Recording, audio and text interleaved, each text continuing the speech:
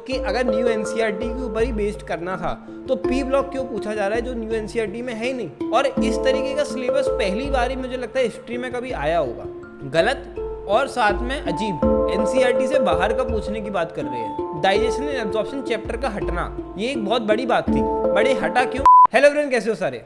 NEET का नया syllabus आ चुका है एंड हर तरफ आतंक मचा हुआ है कि भैया कैसे तैयारी करें, क्या स्ट्रेटेजी होनी चाहिए, क्या करना चाहिए।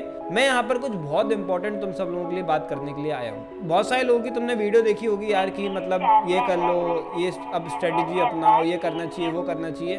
मैं यहाँ पे जेन्युइन तुम्हें एक एडवाइस देने आया हूँ यार, जो मुझे लगता है as a topper, as a AIR 223 जिसकी नीट 2019 में आई थी, मैं तुम्हें वो बताऊँगा जो मैं सोचता हूँ अगर मैं करता, अगर मैं इस सिचुएशन में होता। नया सिलेबस आया, उसमें बहुत अजीब अजीब तरीके की चीज़ें हुई, जैसे कि वहाँ पर मोर्फोलॉजी में ऐसी फैमिलीज ऐड कर दी गई हैं जो कि कभी पढ़ाई नहीं गई, कभी NCERT में नहीं थी, कभी नीट में पूछी नहीं गई।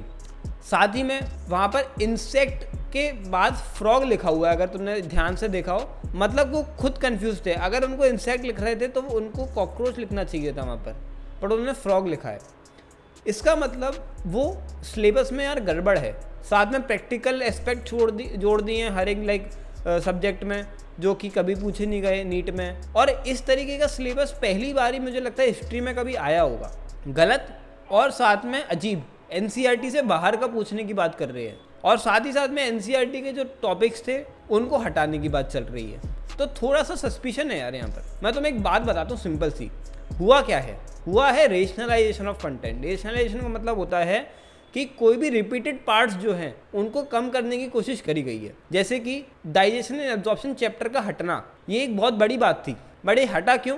क्योंकि क्लास 10th में वही डाइजेशन एंड एब्जॉर्प्शन अच्छे से पढ़ाया जाता है, तो उन्होंने सोचा कि अब नेक्स्ट क्लास में क्यों पढ़ाएं फिर से। 11th अभी 10th में पढ़ के आए हैं बच्चे, 11th में फिर से हम क्यों पढ़ाएं। इसका मतलब ये नहीं है कि डाइजेशन करना बंद कर दिया अपनी बॉडी ने। डाइजेशन होता है, वो बहुत इंपॉर्टेंट रिस्पेक्ट है, और उस पर क्वेश्चन मैं बोलूँगा आ भी सकते हैं। ये एक बहुत अजीब सी बात है कि चैप्टर ही उड़ा दिया, बॉडी का फंक्शन ही उड़ा दिया। भैया एंडिकल में आओगे तो मेडिकल में आओगे तब तुम्हें पता होना चाहिए डाइजेशन कैसे होता है, ठीक है। साथ ही हम बात करें कुछ और चीज़ों की जो कि हर साल देखने को मिलती हैं। देखो हर साल जब भी तुम पेपर देखोगे 70% से 80% पेपर PYQ से बनता है, ये तुम्हें भी पता है। बायो का तो बनता है, केमिस्ट्री का भी इनऑर्गेनिक ऑर्गेनिक में तुम देख लेना, प्रीवियस ईयर क्वेश्चन हमेशा रिपीट होते हैं। मतलब कि ये मान लो प्रीवियस ईयर क्वेश्चन एक कुंजी है उनके पास, NTA वालों के पास, वो उसी में से बनाते हैं। अब वो कुंजी को चेंज करना पड़ेगा, जितना आसान नहीं है जितना तुम सोच रहे हो। जिस बंदे ने एक चैप्टर में से कुछ टॉपिक हटाए हैं, सोचो कि वो कैसे इतनी मेहनत करके फिर से उसको कुंजी बनानी पड़ेगी। बहुत दिमाग का काम हो जाएगा। मुझे नहीं लगता कि NTA वालों के पास इतना दिमाग है। पिछले 3-4 साल से हम देख रहे हैं। नीट 2019 मैंने फर्स्ट टाइम जब दिया था पेपर, NTA ने बनाया था, पेपर की वैल्यू बिल्कुल ही गिरा दी। 18 से 19 में जो ड्रास्टिक चेंज आया बहुत बड़ा चेंज था, एंड 19 से आसे 23 आ चुका है, पेपर की लेवल बिल्कुल रद्दड़ हो चुका है। ये तुम्हें भी पता है। जिस लेवल का कट ऑफ ऊपर जा रहा है, मतलब it is mind boggling, and the only reasoning paper को ईजी बना दिया जा रहा है। अब ऐसे में तुम ये सोचो जो पेपर में क्वेश्चंस आते हैं वो कितने इजी होते हैं, उनको कितना आसानी से बनाया जा सकता है। मुझे लगता है कि जो नीट का पेपर बनाने वाली कमेटी भी है वो भी काफ़ी अजीब सी है, लेजी सी है। वो हर साल प्रीवियस ईयर पेपर, मतलब प्रीवियस ईयर क्वेश्चन दे देते हैं, और वो इतना दिमाग नहीं होगा उनके ऊपर कि ना वो पहले तो ना सिलेबस भी गलत रिलीज़ किया, वो तो चलो NMC ने गलत रिलीज़ किया, लेकिन NTA की अगर हम बात करें उनमें इतना दिमाग मुझे नहीं लगता होगा कि वो जो चैप्टर्स में से, जैसे मान लो कि लिविंग वर्ल्ड में टेक्सोनॉमिकल एड हटा दिए गए हैं, तो वो इतना दिमाग लगाएं कि यार ये हटा दिया गया है तो इससे क्वेश्चन नहीं डालेंगे। हो सकता है वो प्रीवियस ईयर की कुंजी लेके बैठ जाएं और बना दें 2-3 घंटे में पेपर। मुझे नहीं पता यार, लेकिन मुझे ये डर है। अगर मैं एक नीट एस्पिरेंट होता जो 2024 का पेपर लिखने वाला होता, मैं बिल्कुल भी विश्वास नहीं कर सकता NTA के ऊपर 1% भी। NTA ने हमेशा बच्चों को धोखा दिया है, हमेशा अजीब सी चीज़ें करी हैं, पेपर को इजी बना दिया। पेपर में मतलब कभी कंडक्ट करा पा रहे हैं, कभी नहीं करा पा रहे हैं, गलत कंडक्ट करा देते हैं। मतलब कि उनके पास अभी तुम देख लो सिलेबस भी रिलीज़ उन्होंने उल्टा सीधा किया है, जो मतलब कभी सोच भी नहीं सकता कोई। तुम ये तक सोचो कि अगर न्यू NCERT के ऊपर ही बेस्ड करना था तो पी ब्लॉक क्यों पूछा जा रहा है जो न्यू NCERT में है ही नहीं। तो मुझे लगता है ये पूरा जो PDF अभी आई है ये चेंज होगी, फर्स्ट पॉइंट।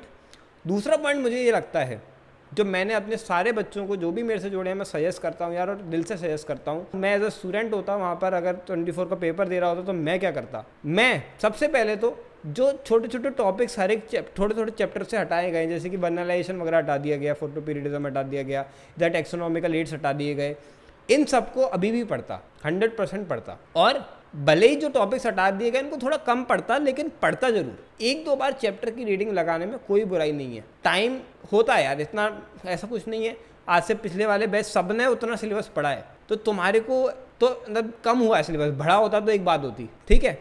तो सबसे इम्पॉर्टेंट मैं यही बोलूँगा कि जो भी टॉपिक्स, अगर सब टॉपिक है किसी भी चैप्टर के अंदर, उसको अभी भी पढ़ो और कोशिश करो कि उसके थोड़ा बहुत सवाल तब भी लगा लो, जिससे कि ठीक ठाक तुम्हारा वो पूरा बन जाए। अब कुछ चैप्टर है वो बिल्कुल ही हटा दिए गए, जैसे रिप्रोडक्शन ऑर्गेनिज्म हो गया, डाइजेशन एब्जॉर्प्शन हो गया, ट्रांसपोर्ट हो गया, मिनरल न्यूट्रिशन हो गया। तो मैं बोलूँगा कि उनको 1 या 2 बार एनसीईआरटी से रीड करने में कुछ भी नहीं जा रहा है, कुछ भी नहीं बिगड़ रहा है।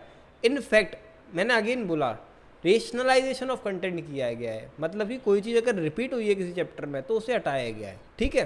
तो वो जो चैप्टर्स हैं उनमें कहीं ना कहीं रिपीटेशन हो सकता है पिछली क्लासेस के अंदर, जिस वजह से उन्होंने इस क्लास में हटा दिया। इसका मतलब ये नहीं कि वो दुनिया से ख़त्म हो गई वो चीज़। जैसे मिनरल न्यूट्रिशन की बात करें तो मिनरल न्यूट्रिशन में कई सारे न्यूट्रिएंट्स होते हैं जो बाकी के चैप्टर्स में आएंगे, ठीक है। जैसे सेल डिवीज़न में क्या ज़रूरी होता है, ट्रांसपोर्टेशन में क्या ज़रूरी होता है, फोटोसिंथेसिस में कौन सा मिनरल ज़रूरी होता है, मैग्नीशियम होता है, तो वो सब वहाँ पर भी पढ़ाया गया है। तो उन्होंने सोचा कि चलो इसको रिस्पेक्टिव उनके सिस्टम्स में ही पढ़ लेंगे, इधर नहीं लगते हैं। इसका सीधा मतलब ये है कि पूछा जाएगा। अब मैं तुम्हें डरा नहीं रहा हूँ यार, मैं तुमसे यही बोलूँगा, कई सारे बच्चों को आउट ऑफ एनसीईआरटी पढ़ने में बहुत मज़ा आता है। मॉड्यूल तुम सब पढ़ते हो, मुझे पता है, कितना भी एनसीईआरटी बोल दिया जाए।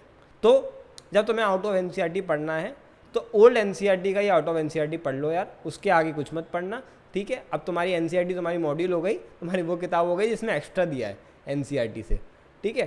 तो old NCERT is now extra NCERT. तो अब सिंपल सी बात है, अपने को वो एक्स्ट्रा पढ़ लेना है, रिस्क नहीं लेना है। क्योंकि देखो, मान लो ऐसा हो गया, मान लो कि ना ये रिलीज़ हो गया, यही सिलेबस हुआ फाइनल, मान लीजिए। अब एनटीए है, ठीक है, उसका कोई भरोसा नहीं है। पेपर में तुम बैठे, उसने पूछ लिया वहाँ के क्वेश्चन, तुम क्या कर लोगे? तुम केस करोगे उसके खिलाफ? नहीं कर सकते। उन्होंने प्रैक्टिकल में दे रखा है, प्रैक्टिकल में कुछ भी दे रखा है। अब कुछ भी दे रखा है तो कुछ भी पूछ सकते हो कहीं से भी, उनकी मर्जी है, तुम कुछ भी नहीं कर सकते। इनफैक्ट उन्होंने क्या ये भी बोला है कि मतलब एनसीईआरटी से ही आएगा, कहीं पर उन्होंने लिखा है एनसीईआरटी से ही आएगा 100%, कहीं नहीं लिखा यार। वो अपनी मर्जी से कुछ भी पूछ सकते हैं, इट इज़ अ फैक्ट, और तुम उन पर कुछ भी नहीं बोल सकते उनको। 19 में भी आउट ऑफ एनसीईआरटी क्वेश्चन आए थे, पिछले 1-2 साल में, पिछले साल नहीं आया था, 23 में नहीं आया, लेकिन आते हैं यार आउट ऑफ एनसीईआरटी, 1-2 तो वैसे भी आते हैं। तो अब वो इतना दिमाग पे नहीं लेंगे, मुझे नहीं लगता कि ना जो पेपर सेट करने वाला होगा वो इतना दिमाग लगाएगा कि ना अब एनसीईआरटी से ये निकल गया है तो अब ये क्वेश्चन नहीं आएगा। इनफैक्ट तुम्हें मैं एक बात बता दूं सिंपल सी, जैसे कि कोई चैप्टर है जो हट गया है, मान लो ट्रांसपोर्ट इन प्लांट्स हैं, उनके बस PYQ कर लो, ट्रांसपोर्ट इन प्लांट एक बार पढ़ लो एनसीईआरटी से, एंड उनके पास PYQ कर लो, दैट्स इट। जो भी चैप्टर रिलेटेड है बस, और कुछ नहीं करना है, बाकी अपने चैप्टर्स अपने पढ़ते रहना है। बात करें, कुछ बच्चे ये बोल रहे हैं कि भैया अब ना एनसीईआरटी का सिलेबस कम हो गया तो अब डेप्थ में पूछा जाएगा। तो देखो यार, एनसीईआरटी से बाहर पूछना इस वेरी मतलब मुश्किल है, क्योंकि ऐसा कभी हुआ नहीं है पिछले 15 साल में, 15 से 18 साल में। 2005 के पहले होता था जो भी होता था, उसके बाद से कभी नहीं हो रहा है। तो वो कहीं ना कहीं एनसीईआरटी से पूछेगा, तो ये बात तो पक्की है। अब बात करें कि एनसीईआरटी जो ओल्ड है उससे पूछेगा, न्यू से पूछेगा, वो में कन्फ्यूजन है। तो ये मान लो ना यार कि ओल्ड वाली इस एक्स्ट्रा इन्फॉर्मेशन है ना, उसको अपन एक्स्ट्रा एज की तरह पढ़ते हैं ना, कहीं लिखा रहता है मॉड्यूल्स में एक्स्ट्रा एज, टीचर्स लिखवाते हैं एक्स्ट्रा एज, एम्स में जाना है तो ये पढ़ना पड़ेगा, तो एम्स में जाना है तो ये mineral nutrition, transport in plant, digestion absorption पढ़ना पड़ेगा, मतलब थोड़ा एक्स्ट्रा एज होना चाहिए ना। तो ये सिंपल सी बात है। मैं आप सभी से ये बोलना चाहता हूँ, कोई भरोसा नहीं है इन एजेंसीज़ का, सरकार का, इनके चक्करों में ना पड़ें। किसी भी PYQ की गुंजाइश नहीं छोड़नी चाहिए कि तुम्हें नहीं आता हो। PYQ तुम जहाँ से भी करना चाहो, अपनी PYQ की कोई चैप्टर वाइज किताब ले लो, या बायोहैक में मैंने PYQ मेंशन करे हुए हैं, जो एनसीईआरटी की लाइन से PYQ आए हुए हैं वो वहाँ तुम्हें मिल जाएंगे। बच्चों को ये भी कन्फ्यूज़न है कि सर आपने मतलब अभी तो नया सिलेबस आ गया है, तो आप बुक चेंज करने वाले होगे, तो कब चेंज करने वाले हो हमें बता दो, तो हम उसके बाद लेंगे। तो ऐसा कुछ भी नहीं है, बुक चेंज बिल्कुल नहीं होने वाली है। अभी 4th एडिशन जैसा है वो वैसा ही रहेगा, क्योंकि अभी एग्ज़ाम नहीं हुआ है। We don't know the actual situation. ये सारे इस तरीके के सर्कुलर आते रहते हैं यार, कुछ भी करता है, मतलब कुछ हर साल ही होता है ये सब कुछ, ठीक है। कुछ ना कुछ टाइम पास करने के लिए भेज देते हैं बच्चों को परेशान करने के लिए। लेकिन जो सीरियस स्टूडेंट है उसको पता है कि चलो ठीक है, अगर ये सिलेबस हटाया भी गया है तो हम थोड़ा थोड़ा पढ़ लेंगे, एक आइडिया लेते हुए कि बाई चांस आ भी गया एग्जाम में तो गलत नहीं होना चाहिए यार, ठीक है। Same goes for chemistry. अगर हम बात करें पी ब्लॉक जो उन्होंने ऐसा किया है, again that is very suspicious कि पी ब्लॉक उन्होंने न्यू एनसीईआरटी में नहीं है लेकिन सिलेबस में कैसे डाल दिया फिर, ठीक है। एस ब्लॉक नहीं है सिलेबस में, उसमें भी नहीं है, गलत है ये। इसके ऊपर बिल्कुल अच्छे से मतलब बातचीत होनी चाहिए सरकार के द्वारा कि भैया क्या कर रहे हो, मतलब बताओ वो फाइनल, ये तो गड़बड़ चल रहा है। और प्रैक्टिकल है अगर तो हमें कहाँ से पढ़े, इसका भी शोर देना चाहिए, क्योंकि हर किसी के पास कोचिंग नहीं होती, हर किसी के पास अमीर नहीं है कोई कि ये प्रैक्टिकल एस्पेक्ट जो है ना वो पढ़ने जाए। सिंपल सी बात है, मुझे लगता है आराम से अभी चेंज आएगा, because they are clear mistakes in the syllabus. मैं तुमसे यही बोलूँगा कि अपना PYQ फोकस पूरा होना चाहिए, और बाकी जो भी टॉपिक्स हैं उनको एक्स्ट्रा समझ के थोड़ा थोड़ा रीड, जैसे अपन करते हैं वैसे ही करेंगे। बायोकेमिक की बात कर रहा था मैं, तो ये जो बायोकेमिक है इसमें कोई चेंज नहीं होने वाला है जब तक नीट 2024 नहीं हो जाता है। उसके बाद जैसे ही पेपर होता है, अगर हमें पता चलता है कि हाँ रिड्यूस सिलेबस के हिसाब से ही आया है तो वी विल डेफिनेटली चेंज। हम उसमें जो भी पार्ट है जो नई NCERT मतलब जो कि डिलीट हुआ है NCERT से, पूरा हटा देंगे। लेकिन अभी के लिए आई विल से 2024 के अगर स्टूडेंट हो, बायो है कैम है, तुम्हें एक एक्स्ट्रा एज देगा उन चैप्टर्स को भी पढ़ने में जो चैप्टर डिलीटेड है, क्योंकि देखो डिलीटेड चैप्टर वैसे भी मैंने बोला कम टाइम में करना है। अब बायोकेमिक्स से तुम जल्दी रिवाइज कर सकते हो चैप्टर्स को, तुम्हें भी पता है।